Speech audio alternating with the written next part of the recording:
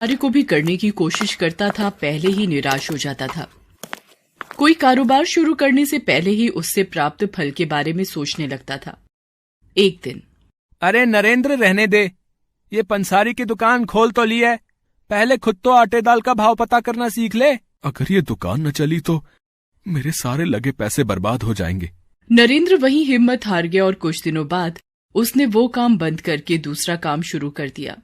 अरे नरेंद्र भैया, दूध की डेयरी खोलकर तुमने गलत व्यापार चुन लिया। गांव में पहले ही बहुत पुराने भैंसों का दूध देने वाले काम खोलकर बैठे हैं। कह तो ये ठीक रहा है, मैंने जल्दबाजी में तो ये काम शुरू नहीं कर लिया। नरेंद्र कुछ ही दिनों में दूध बेचने के काम से ऊब गया। उसने वो काम भी बंद कर दिया। रत्ना, मैं क्या करूं? कोई काम करने लगता हूं तो घबरा जाता हूं। पता नहीं काम चलेगा या नहीं। मुझे समझ नहीं आ रहा, जीवन मेरे सामने ऐसी परिस्थितियां क्यों खड़ी कर रहा है। मुझे तो लगता है मेरे जैसे नाकामयाब व्यक्ति के जीवन का कोई मूल्य ही नहीं। अरे आप चिंता मत करो, सब ठीक हो जाएगा।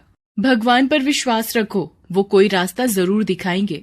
रत्ना, मैं देखता हूं कोई और काम समझ आ जाए जो मैं कर पाऊं। नरेंद्र निराश मन लेकर गांव में निकल पड़ा। तभी उसकी नजर एक पेड़ के आसपास बैठे कुछ लोगों पर पड़ी। ये लोगों की भीड़ किस लिए लगी हुई है? भैया, ये भीड़ कैसी है? भैया, वो पेड़ के नीचे महात्मा बुद्ध संगत को उपदेश दे रहे हैं। अपने उपदेशों के द्वारा वो सभी लोगों के मन के उलझन भरे सवालों का उत्तर देते हैं। नरेंद्र भी लोगों के बीच बैठ जाता है। महात्मा बुद्ध के मुख पर अद्भुत तेज था। लोग उनकी शरण में अपनी समस्याओं का हल पूछने आए थे। नरेंद्र महात्मा बुद्ध से बोला, हे महात्मन, मेरा भी एक प्रश्न है जिसका उत्तर मुझे नहीं मिल रहा। मेरे मन की उलझन को भी दूर कीजिए प्रभु। वत्स, जीवन में कोई ऐसा प्रश्न नहीं जिसका प्रकृति के पास उत्तर न हो। इस सृष्टि पर यदि कोई प्रश्न है तो उत्तर भी है। पूछो वत्स, क्या पूछना है? प्रभु, आखिर इस जीवन का मूल्य क्या है? हम अपने जीवन के मूल्य को कैसे आंक सकते हैं? वत्स, मैं तुम्हारे प्रश्न का उत्तर दूंगा। पहले तुम इस पत्थर का मूल्य पता करके आओ, लेकिन ध्यान रहे इस पत्थर को बेचना नहीं। नरेंद्र उस पत्थर को लेकर बाजार जाता है। भैया, इस पत्थर का मूल्य क्या होगा? तरबूज वाला पत्थर को उलट पलट कर देखता रहा। मैं इस पत्थर के बदले तुम्हें 5 तरबूज दे सकता हूँ, बोलो दूं क्या? नहीं, मुझे इसे बेचना नहीं है। मैं तो बस आपसे इसकी कीमत जान रहा था। शुक्रिया भैया, नरेंद्र पत्थर को हाथ में लिए आगे सब्जी मंडी में एक सब्जी वाले के पास पहुंचा।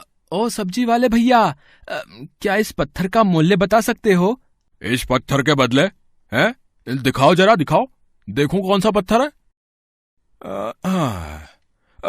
एक काम करो भैया जी, इसको मुझे अगर तुम दे दो तो बदले में मैं तुम्हें 2 बोरी आलू और 2 बोरी प्याज दे सकता हूं। बोलो चाहिए क्या? भैया लाओ, ये पत्थर वापस दो, मैं तो बस इसकी कीमत जान रहा था। नरेंद्र आगे एक सुनार की दुकान पर पहुंचा और सुनार को वो पत्थर दिखाने लगा। इस पत्थर की चमक को देखकर लगता है कोई लाखों का पत्थर है। देख भाई, इसके मैं तुझे 30 लाख रुपए दे सकता हूँ, बोल मंजूर है? नहीं, मैं इसे बेचने नहीं लाया, बस आपसे इसका मूल्य पता करना था। अरे रुक तो सही। चल, 1 करोड़ में सौदा पक्का है?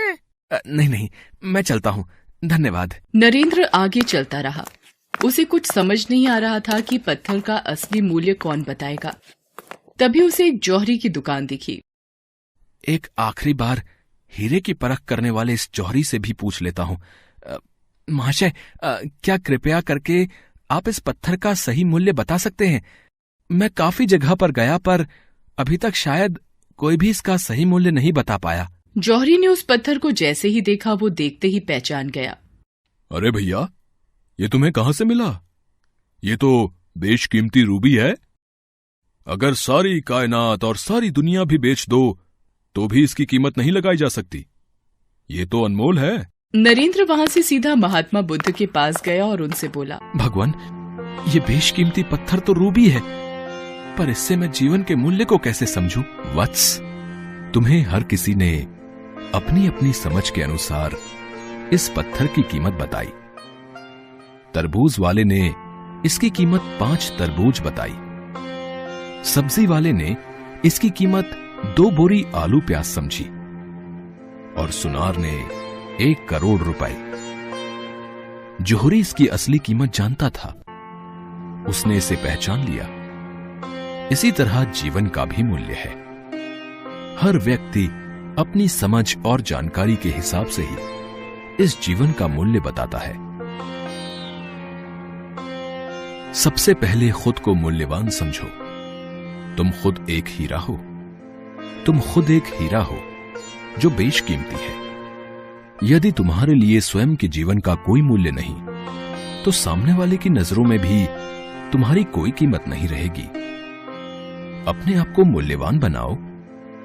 जब व्यक्ति अपने किए कार्यों से मूल्यवान हीरा बनता है, तो उसका सही मूल्य पहचानने वाला जौहरी भी मिल ही जाता है।